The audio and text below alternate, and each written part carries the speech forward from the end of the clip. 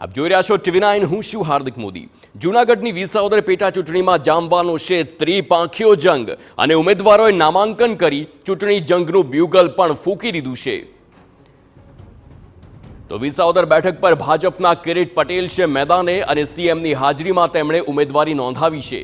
જે પહેલા ભાજપના મોટા નેતાઓનું સીએમની હાજરીમાં શક્તિ પ્રદર્શન યોજાયું તો તેમની ટક્કર આપવાના છે કોંગ્રેસના નીતિન રાણપરિયા, જેમનું નામ પણ જાહેર થઈ ચૂક્યું છે। તો બીજી તરફ આમ આદમી પાર્ટી તરફથી ગોપાલ ઇટાલિયાએ પહેલેથી જ ઉમેદવારી નોંધાવી દીધી છે।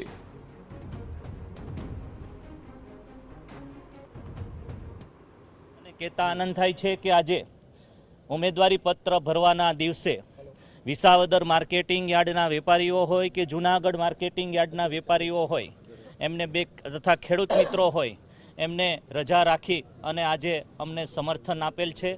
આ રીતે દરેક ગામે ગામ અનેરો ઉત્સાહ છે અને આગામી દિવસોમાં ભારતીય જનતા પાર્ટીનો જ્વલંત વિજય થશે તેની હું આશા રાખું છું। તો વિસાવદરમાં ભાજપે આખરે ઉમેદવારના નામ પરથી સસ્પેન્સનો પડદો ઉઠાવી લીધો છે અને ભાજપના ઉમેદવાર તરીકે કિરીટ પટેલના નામની જાહેરાત કરી છે। કિરીટ પટેલ 2017માં હર્ષદ રીબડિયા સામે ચૂંટણી લડ્યા હતા, જો કે 21,000 મતોથી તેઓ હારી ગયા હતા। ત્યારે ભાજપ ફરી તેમની પર પસંદગીનો કળશ તેમને ઢોળ્યો છે। કિરીટ પટેલ સહકાર ક્ષેત્રે 2010થી જોડાયેલા છે। ભાજપ જિલ્લા પ્રમુખની પણ જવાબદારી તેઓ નિભાવી ચૂક્યા છે। ત્યારે ફરી ભાજપે તેમની પસંદગી કરતા તેમણે પ્રચંડ જીત મળશે તેવો દાવો કર્યો છે।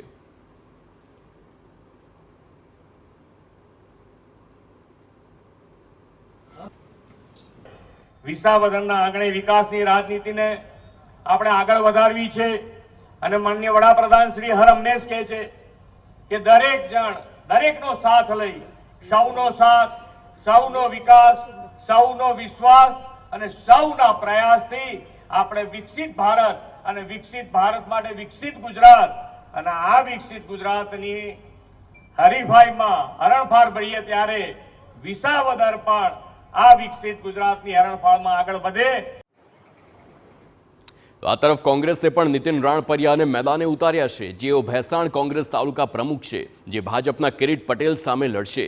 નીતિન રાણપરિયા વિસાવદર યુથ કોંગ્રેસના પ્રમુખ રહી ચૂક્યા છે। નીતિન રાણપરિયા જિલ્લા પંચાયતના સભ્ય પણ રહી ચૂક્યા છે। તેમણે પણ જીતનો વિશ્વાસ વ્યક્ત કર્યો છે।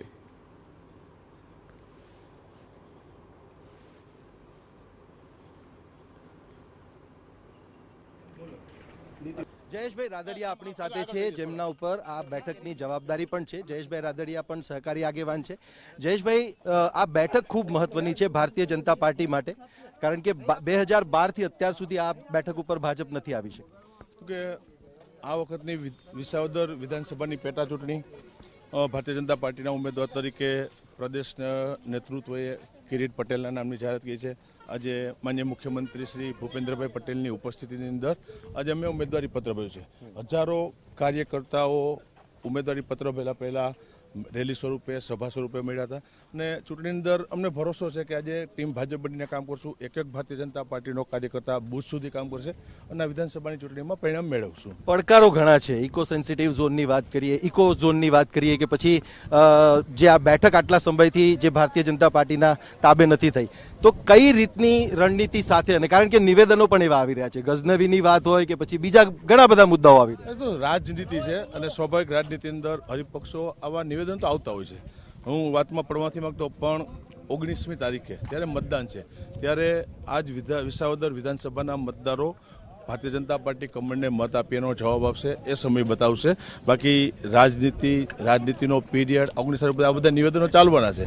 જે લોકો નિવેદન કરતા હોય પહેલાં એમને જોવું જોઈએ કે આપણે કઈ બાજુથી આવી છીએ, આપણે ભૂતકાળની અંદર કેવા કેવા નિવેદનો કરેલ છે, હિન્દુ સંસ્કૃતિ ઉપર કેવા નિવેદન છે, એ સમય એને હું આજે કહું છું નહીં પણ આખું ગુજરાત એને જાણે છે। એટલે પણ જ્યાં વાત અમારી પાર્ટીની વાત છે, અમારો ઉમેદવાર ભારતીય જનતા પાર્ટી અને જે તેને કીધું છે એમાં વિશ્વાસ છે કે અમે 100% પરિણામ મેળવશું। ત્રણે ત્રણ ઉમેદવારો પાટીદાર છે, ખૂબ રસાકસી ભર્યો જંગ રહેશે। કેવી રીતે, મતલબ સહકારી આગેવાન તમે પણ છો, કિરીટભાઈ પણ સહકાર ક્ષેત્ર સાથે સંકળાયેલા છે, કઈ રીતની સ્ટ્રેટેજી તમારી રહેવાની છે? તો કે એક ટીમ ભાજપ બનીને જ કામ કરશું। અમારા પાર્ટીના કાર્યકર્તાઓ હર હંમેશા અમે બૂથ જીતા હોય છે, બૂથ જીતી એટલે ચૂંટણી જીતી શકીએ છીએ અને એક એક કાર્યકર્તાઓ કામે લાગી ગયા છે। એટલે એ પ્રમાણેની રણનીતિ અને આવનારા દિવસોમાં અમે લોકો સમક્ષ જશું।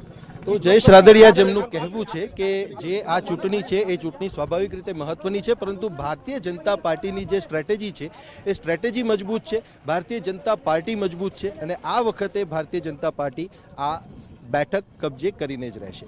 કેમેરામેન અરવિંદ સોલંકી સાથે સચિન પાટીલ, TV9, વિસાવદર.